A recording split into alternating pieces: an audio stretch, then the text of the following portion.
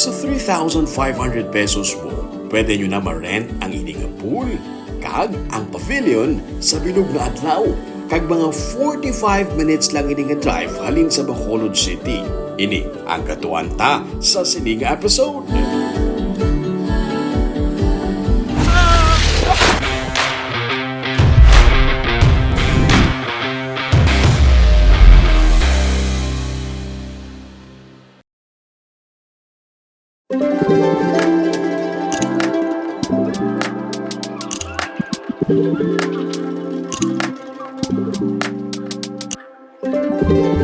Sa kapangita ta sa matahom nga lugar, kung kisa, wala ta nagakadeparahan nga may matawhay, matahom, kag malapit lang gali nga lugar sa aton. May pool ka na, may garden, may cafe, kag may matahom nga views ang sininga kabukiran. Pero antes naging swimming pool, isa ini kami ni vineyard o kun talamnan sang grapes. Nagdesisyon sila nga i-convert sa swimming pool para may balikan ang tao. Kagang grapes that time is ang bunga dagdag tungod nga gabi hangin. Akay kusog di hangin area. Nagbunga na siya actually pero gabi hangin. Oo. Kakadagdag mo po.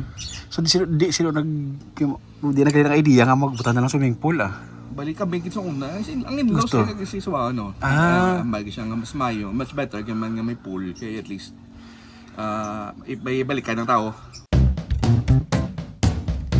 Halin sa Bacolod, makuha mo nga makalabot diri in 45 minutes. Diri ka lang maagi sa may barangay Granada, liko ka sa dalan pa Concepcion, rekta ka na pagwa sa sitio Tambara sa barangay San Fernando sa Talisay City. Malabot ang ginatawag nga Tinagong Garden Cafe. May cafe nga nag-serve sang food kag drinks samtang overlooking sa garden kag kabukiran. May mga latayan kung gusto mo maglibot-libot sa area. Pero diri lang taya, budlay makapangguba sa latayan. Sa idalom, may alagyan man pasuba kung trip mo mag-river trekking. May mga oras nga napalibutan sang fog ang area. Kag ang pool area, pwede marentahan for exclusive views. Ang pool, ang ara sa edge, nga daw ara ka sa tunga sang forest.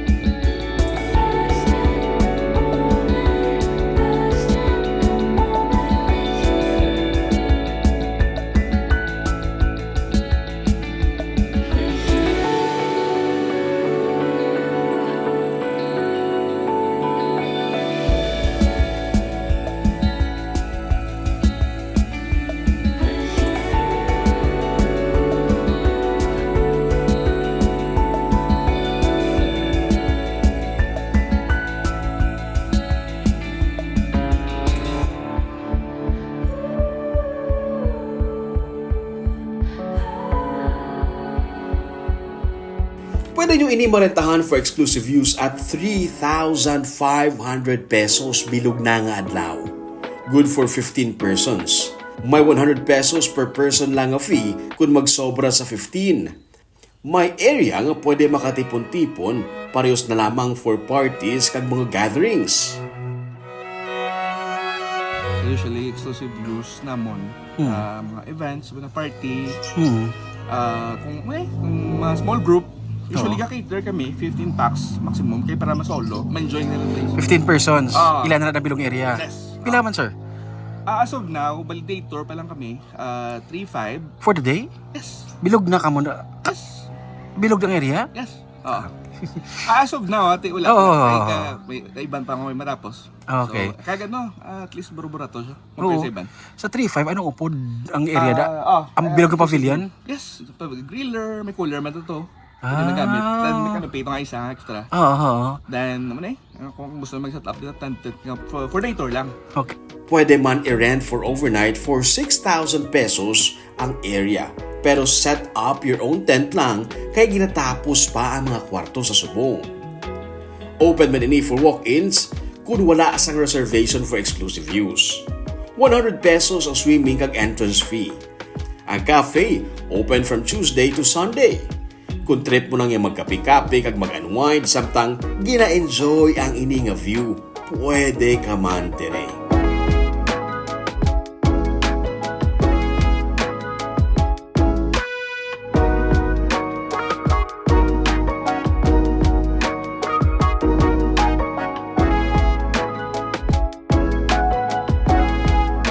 Ining tinagong garden ang isa lamang sa mga ginapabugal nga lugar diri sa may City of Tambara sa Barangay San Fernando sa Talisay City nga nagabaton sa mga turista. Para updated ka sa mga episodes ng Tripping ni Ruming, i-follow mo yung Facebook page at YouTube channel, Digicast Negros. Padayon kita sa gihapon sa pagbangon. Ako si Romeo Subaldo, ini ang Tripping ni Ruming!